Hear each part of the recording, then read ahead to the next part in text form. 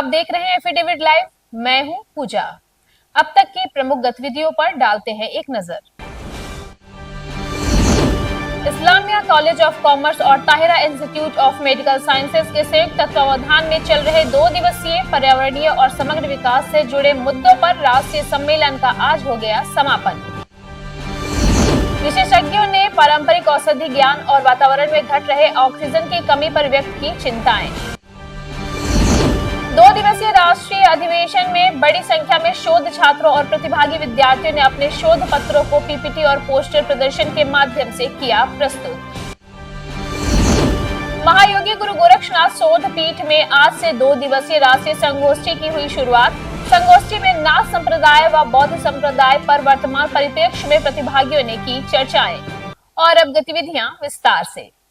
Islamia college of commerce और Tahira institute of medical sciences के संयुक्त तत्वावधान में चल रहे 2 दिवसीय पर्यावरणीय और समग्र विकास से जुड़े मुद्दों पर राष्ट्रीय सम्मेलन का आज समापन हो गया। आज अंतिम दिन प्रथम सत्र में बनारस हिंदू विश्वविद्यालय के आचार्य N.K. दुबे ने पारंपरिक औषधि ज्ञान पर प्रकाश डालते हुए कहा कि लोग अपने शरीर को स्वस्थ रखने के लिए विभिन्न प्रकार के औषधीय पौधों का प्रयोग करते थे। आज भी इन्हीं औषधीय पौधों से विभिन्न प्रकार की औषधियां तैयार की जा रही हैं। उन्होंने अपने उद्बोधन में कहा कि औषधीय संपदा के कारण जो उपलब्ध है उसे बचाना, संरक्षित करना सभी शोधकर्ताओं की आवश्यकता है। उन्होंने वातावरण में ऑक्सीजन की उपलब्धता पर भी चर्चाएं की। The topic of my lecture is actually the theme of the seminar is holistic approach. Holistic approach, that is sustainable holistic approach.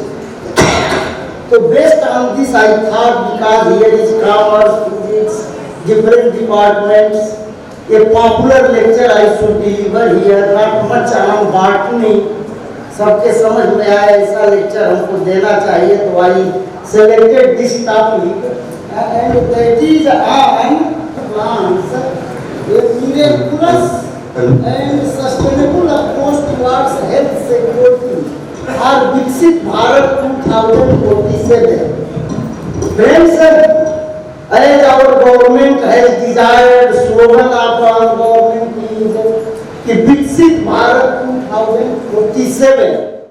प्रथम सत्र की दूसरी वक्ता दीनदयाल उपाध्याय गोरखपुर विश्वविद्यालय के जीव विज्ञान के आचार्य वीना बत्रा कुशवाहा ने कहा कि कोशिकाओं में ऑक्सीजन की कमी को संतुलित बनाए रखने की प्रक्रिया को रीडॉक्स होम्योस्टेसिस कहा जाता है। उन्होंने बताया कि शरीर में ऑक्सीडेशन और रिडक्शन दोनों प्रक्रियाएं होती हैं। इन सब का आपस में जो संबंध होता है वह प्राकृतिक संतुलन को बनाए रखने में महत्वपूर्ण भूमिका का निर्वहन करता है। You just cannot stop them from being formed. आपने उनको कंट्रोल करना है और उस बैलेंस को बनाना है। यदि ये बनने बंद हो जाएंगे तब भी आपको पैथोलॉजिकल कंडीशंस आएंगी, और अगर ये एक्सेस में बनेंगे तब भी आपको पैथोलॉजिकल कंडीशंस आएंगी। So when their level exceeds the capacity कि आप उसको कंट्रोल नहीं कर सकते हैं, तो कंडीशन आती है ऑक्सीडेटिव स्ट्रेस की। तो जब रेडिकल्स बढ़ गए आपके बॉडी में जो कि बहुत रिएक्टिव है, तब ऑक्सीडेटिव स्ट्रेस आता है। Next please. ये हमारे की कंपोनेंट्स हैं। एक मैंने टेबल बनाया है, बहुत ज़्यादा लिखा है लेकिन एक बहुत शॉर्ट में बताते हैं। इसमें जो पहला कंपोनेंट है वो है रिएक्टिव ऑक्सीजन एंड नाइट्रोजन, जो आपके बॉडी में नॉर्मल सर्कमस्टांसेस में प्रोड्यूस होता है और उनके बहुत सारे काम होते हैं। जैसे मैंने लिखा है कि सेल्यूलर कब प्रोड्यूस होता है, सेल्यूलर रेस्पिरेशन। आज के दूसरे सत्र में क्षेत्रीय चिकित्सा शोध केंद्र के निदेशक डॉक्टर हरिशंकर जोशी ने बताया कि एक समय था जब पूर्वांचल में इंसेफेलाइटिस के प्रकोप से काफी बच्चों को नुकसान उठाना पड़ा था। उन्होंने बताया कि इंसेफेलाइटिस की रोकथाम के लिए जो जागरूकता की आवश्यकता थी वह बनी और ऐसी भयानक बीमारी से यहाँ के लोगों को निजात मिल पाई। This type of conferences are very much important because the environmental health is, we know that a holistic is a environmental health, environmental issues and the holistic approach with the different departments. Because maintaining of the environment is not only the point for the medical section only, it's an integrated approach when each and every department work together in a joint hand, then only it can improve our environment. And as we know that the environment is responsible for the occurrence of the different types of diseases in the community. Today, you must be having an idea about acute encephalitis syndrome and Japanese encephalitis and acute encephalitis syndrome. You must be knowing that before 2017, if you say, then this our eastern UP, the Gorakhpur region especially, is much prevalent with the AES, acute encephalitis syndrome, because of which is responsible for the death of the many children in this area. But as the government, the Honorable Chief Minister of Uttar Pradesh, Sri Yogi Adityanath ji, and he's taken it's a challenge. And today I am telling you that it is reduced to extent, like it's a negligible now. दूसरे सत्र में IIT BHU के सहायक उप आचार्य doctor Vinod Tiwari ने शरीर के विभिन्न अंगों में होने वाले दर्द के कारण और उसकी रोकथाम के लिए किए जाने वाले कार्यों पर चर्चाएं की। First phase. The second phase is the predictive validity. Predictive validity का मतलब होता है pharmacological validation. What does it mean? It means जो भी drug market में है patent drug, that should be able to suppress or decrease some of the symptoms of this disease. अगर हम पेन की बात करें, gabapentin की बात करें, तो gabapentin is the first line of therapy for neuropathic pain, right? So that drug should inhibit some of the symptoms of neuropathic pain. अगर ऐसा होता है, तो that is the passing of second phase of modern development. Now there is a third phase of modern development, which is known as constructive validity, or we also call it mechanistic validity. What do you mean by mechanistic validity? Means कोई भी disease है तो उसमें क्या होता है, certain biomarkers are involve, right? Alzheimer की बात करें उसमें क्या होता है, ए बीटा, अम्लाइन बीटा, राइट? ऐसे पेन में भी बायोमार्कर्स है। तो वेदर दो बायोमार्कर्स आर गेटिंग अल्टर्ड और हमारी जो ड्रग है उन बायोमार्कर्स को फिक्स कर रही है या नहीं कर रही है, that is a part of mechanistic validity or the constructive validity. So once you find all these things clear in your model, then you can say this can be a better model or a new model for the treatment of any disease. So that is what I am going to talk with you today. Next slide please. So this is the first set of data which we observe. If you look here, हमने कुछ नहीं किया, हमने simple 3 group लिए। पहला तो healthy group, अगर आपको ये पता करना है बीमारी हो रही है या नहीं हो रही है, तो क्या करोगे? आप एक तो हेल्दी ग्रुप लोगे ना, जिनको आपने कोई भी एंटीकैंसर नहीं दिया, राइट? सेकंड ग्रुप में ये पैक्लिटक्सिल, रेड ग्रुप, इसमें हमने क्या किया, एनिमल्स को पैक्लिटक्सिल का एडमिनिस्ट्रेशन दिया। इसी क्रम में मदन मोहन मालवीय प्रौद्योगिकी विश्वविद्यालय की सहायक प्रोफेसर डॉक्टर स्मृति ओझा ने कहा कि एक समय था कि हम औषधि निर्यात के क्षेत्र में काफी पीछे थे, लेकिन कोरोना काल में हमारे वैज्ञानिकों ने भारत में कोरोना रोधी टीके का निर्माण कर एक मिसाल पेश की, जो दूसरे देशों के लिए भी महत्वपूर्ण उपलब्धि रही। प्रोटीन बॉडी में क्या है, प्रोटीन ही इधर उधर हो रहा है, एक्सरे क्रिस्टलोग्राफी, प्रोटीन का स्ट्रक्चर ही आपको मिलता है, कुछ भी सब सारे एंजाइम्स आपकी पेप्टाइड्स हैं, प्रोटीन्स हैं। इस तरह से अगर आप किसी भी मैसेज को अपना आरएनए देकर उस मैसेज को डिलीवर करते हो, that will start its own synthesis and you have all the raw materials for the synthesis in the form of drug के साथ आपने वो raw material भी दे दिया है, अटैच करके दे दिया है, या मैसेज को चेंज करने के लिए, म्यूटेशन को ठीक करने के लिए अपने mRNA, siRNA इस तरह के सेगमेंट्स प्रोवाइड किए हैं, इंजेक्ट किए हैं। तो ये सारा आपका बायोलॉजिकल अप्रोच है, starting from simple stem cell, immune cell, mesenchymal cell. Next one biological approaches के ये आप लोगों ने ए डेप्थ, बी डेप्थ ये सारा पढ़ा होगा। Antibiotic directed system, virus directed, virus अगर यूज कर रहे हैं, virus directed targeted drug delivery system, exosomes anyone. Islamia college of commerce के प्रबंधक शोएब अहमद ने सभी आगंतुक विशेषज्ञों को स्मृति चिन्ह और अंगवस्त्र देकर सम्मानित किया।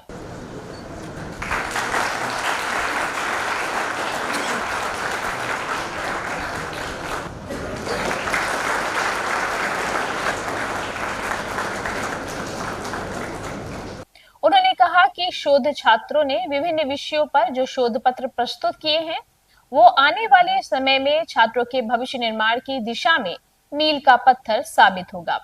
इस्लामिया एजुकेशन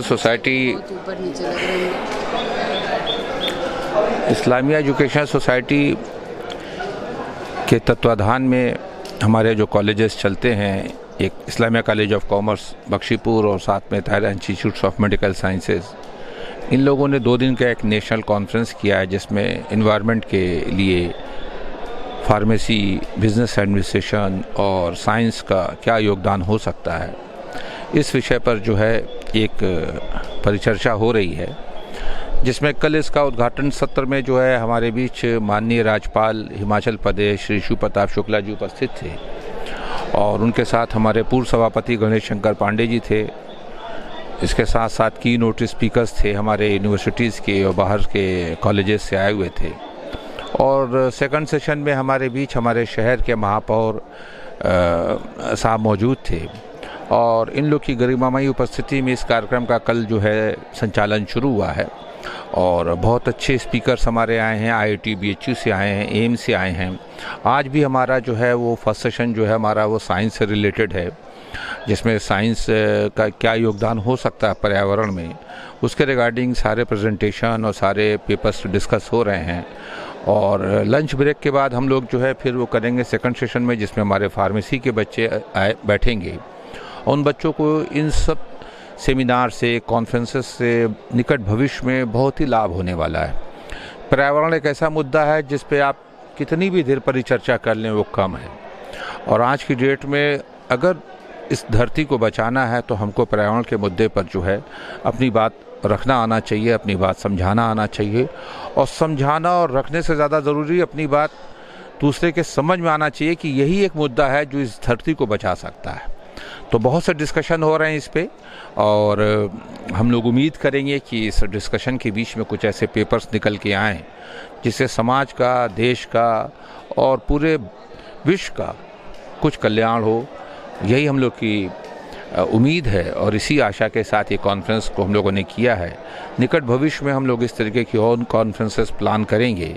ये इस्लामिया कॉलेज ऑफ कॉमर्स में फर्स्ट टाइम इस तरीके के कॉन्फ्रेंस का आयोजन किया गया है और हमारे प्रिंसिपल्स, हमारे ऑर्गेनाइजिंग सेक्रेटरी, लेक्चरर्स, स्टूडेंट्स ने बहुत बढ़ चढ़कर इसमें पार्टिसिपेट किया है और मैं इन सब लोगों को इस कार्यक्रम की सफलता पे बधाई देना चाहता हूं और उम्मीद करता हूं कि निकट भविष्य में हम लोग आगे भी इस तरीके के कार्यक्रम को करेंगे। National conference on environment issues and holistic development through science, pharmacy and business administration के अधिवेशन के उद्घाटन सत्र के बाद कल आयोजित प्रथम सत्र में महापौर डॉक्टर मंगलेश श्रीवास्तव ने प्रकृति के संरक्षण विषय पर अपने विचार व्यक्त करते हुए कहा कि जिस प्रकार से आरओ प्लांट का प्रयोग करके बहुमूल्य जल की बर्बादी हो रही है वह चिंता का विषय है।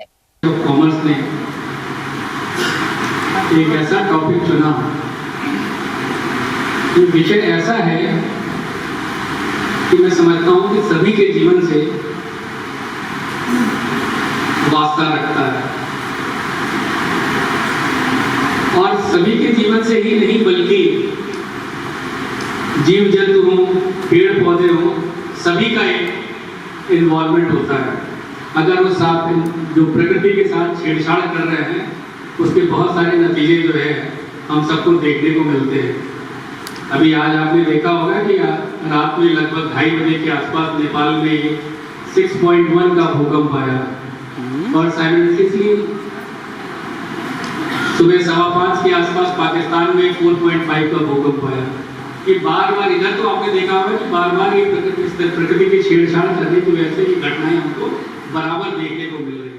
इसी क्रम में दीनदयाल उपाध्याय गोरखपुर विश्वविद्यालय के वाणिज्य विभाग के प्रोफेसर राजीव प्रभाकर ने विकास की धीमी प्रक्रिया पर प्रश्न उठाते हुए कहा कि इस पर भी विशेष ध्यान देने की आवश्यकता है। इस्लामिया कॉलेज ऑफ कॉमर्स के प्रिंसिपल शाहिद जमाल बुखारी साहब का भी शुक्रिया अरुण जी हैं, सुजीत जी हैं, परमात्मा जी हैं,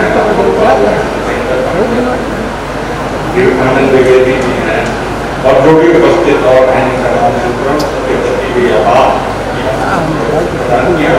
ये 2 दिवसीय राष्ट्रीय संगोष्ठी environmental issues and holistic development for the normal standing छोटा जनरल एक बात करूँगा। मैं शुक्रिया करता हूँ जो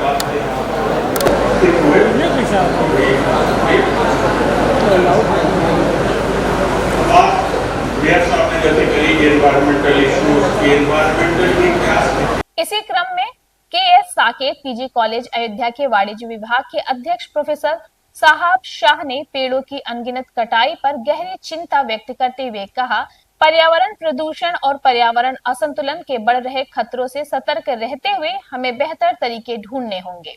जो एक जीवधारी इंसान हो या जानवर हो, उसके जीवन और विकास को प्रभावित करते हैं। नेचर एक निश्चित नियमबद्धता से कार्य करती है। यदि उसके किसी कंपोनेंट को साथ छेड़खानी की जाएगी तो उसका संतुलन बिगड़ जाएगा। साइंस और टेक्नोलॉजी के प्रयोग से बढ़ाई गई मानव की उत्पादन क्षमता ने पर्यावरण के प्रदूषण का संकट पैदा किया है। आज हमारी प्रमुख समस्या प्रदूषण है। विश्व में इंडस्ट्रियलाइजेशन और टेक्नोलॉजिकल डेवलपमेंट के फलस्वरूप पर्यावरणीय प्रदूषण इतना बढ़ चुका है कि प्रकृति का संतुलन बिगड़ता जा रहा है। दीनदयाल उपाध्याय गोरखपुर विश्वविद्यालय के वनस्पति विभाग के प्रोफेसर हर्ष वर्मा ने प्रकृति एवं पर्यावरण के अंतर संबंधों पर विस्तार से चर्चा की। गवर्नमेंट का मेन मोटिव क्या है कि कैशलेस ट्रांजैक्शन हो, कैशलेस ट्रांजैक्शन होगा हमारे इन्वायरमेंट के लिए फेवर में होगा। चीजें हैं कर सकते हैं जो डिजिटल ट्रांजैक्शन हो रहा है वो क्या है हमारी इकोनॉमी के लिए भी बेटर है। प्रेजेंट टाइम में हमारे यहाँ जो हमारी कंट्री है इसमें बहुत पॉपुलर डिजिटल पेमेंट सिस्टम हो गया है। जो इसके रिसोर्सेज कह सकते हैं debit card, credit card, RTGS, NEFT, mobile banking हो गए जो थर्ड पार्टी बहुत पॉपुलर है। जिसमें कह सकते हैं कि हम कहीं किसी दुकान पे जाते हैं तुरंत गूगल पे, फोन पे जो भी आप डिफरेंट ऐप चलाते हैं आप डिजिटल ट्रांजैक्शन करते हैं। मतलब आप क्या है वहाँ सिक्योर है।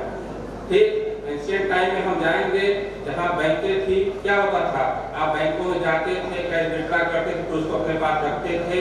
तो उसको क्या करते थे कहीं ट्रेवलिंग कर रहे हो या कहीं मूव कर रहे हो तो आपका प्रॉब्लम क्रिएट होते थे। लेकिन प्रेजेंट टाइम में क्या है जो डिजिटल पेमेंट सिस्टम जैसे 2 दिवसीय राष्ट्रीय अधिवेशन में बड़ी संख्या में शोध छात्रों और विभिन्न विद्यालयों से आए विद्यार्थियों ने अपनी उपस्थिति दर्ज कराई। कई शोध छात्रों ने शोध पत्रों को पीपीटी और पोस्टर प्रदर्शन के माध्यम से प्रस्तुत किया। Overall health such as night blindness, several skin diseases and skin pigmentation, etc. Next slide please. Let's look about the nutritional and therapeutic significance of retinol. Let's look at source of retinol and protecting our environment. My background in pharmacy at Tyro Institute of Medical Sciences has given me a deep appreciation for how chemistry can be both a powerful tool and a responsibility. Let's explore it. In chemistry, it mainly focuses on how we use eco-friendly and produce eco-friendly product. For eco-friendly product generation, we should not use hazardous substances. The drugs which can be reused or reagents that can be reused can be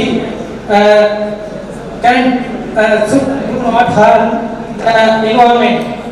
The next objective is encourage substitution of reagent made of renewable resources. And third one is replace chemical polluting. Concrete feature of people which involve the mastering themselves and so forth. The first use of phrase is artificial intelligence is explained in 1956, but the concept of AI was employed since 1950 with the uses of solving well symbolic. AI is exerted to perform more accurate analysis as well as to achieve beneficial. Kayastha party के राष्ट्रीय अध्यक्ष अजय शंकर श्रीवास्तव ने गोरखपुर के 2 बार विधायक रहे स्वर्गीय अवधेश श्रीवास्तव की प्रतिमा स्थापित किए जाने की मांग को दोहराते हुए नगर निगम के महापौर को एक मांग पत्र सौंपा। उन्होंने भोजपुरी के समर्पित साहित्यकार जुगानी भाई की स्मृति में तुर्कमानपुर मोहल्ले का नाम रखने की मांग की। जिंदाबाद जिंदाबाद कायस्थ पार्टी जिंदाबाद जिंदाबाद जिंदाबाद कायस्थ एकता जिंदाबाद जिंदाबाद जिंदाबाद। वार्ड नंबर 44 बसंतपुर हनुमानगढ़ी में पार्षद प्राथमिकता से निर्मित कर्मकांड भवन का लोकार्पण संपन्न हुआ। इस अवसर पर पार्षद विजेंद्र कुमार अग्रहरी ने बताया कि इससे स्थानीय लोगों को कर्मकांड आदि कार्यों के संपादन में सहायता मिलेगी। उम्मीद तो नहीं थी भैया, पर संकल्प था और ये हमारे चुनावी एजेंडे में भी था। मैं लोगों से वादा भी किया था कि मैं इसको एक बेहतर से बेहतर बना के दूंगा जो जिले में कहीं और नहीं है। क्या अगर योगी जी मुख्यमंत्री नहीं होते तभी संभव था क्या यहाँ पर? हाँ, ये पारदर्शिता से बना हुआ है। महायोगी गुरु गोरक्षनाथ शोध पीठ में आज 2 दिवसीय राष्ट्रीय संगोष्ठी की शुरुआत हुई है। राष्ट्रीय संगोष्ठी में नाथ संप्रदाय व बौद्ध परंपरा पर वर्तमान परिप्रेक्ष्य में विस्तार से प्रतिभागियों ने चर्चाएं की। मैं आपके वैशिष्ट में क्या बात करूं, आपने देखते रहिए एफिडेविट लाइव। धन्यवाद।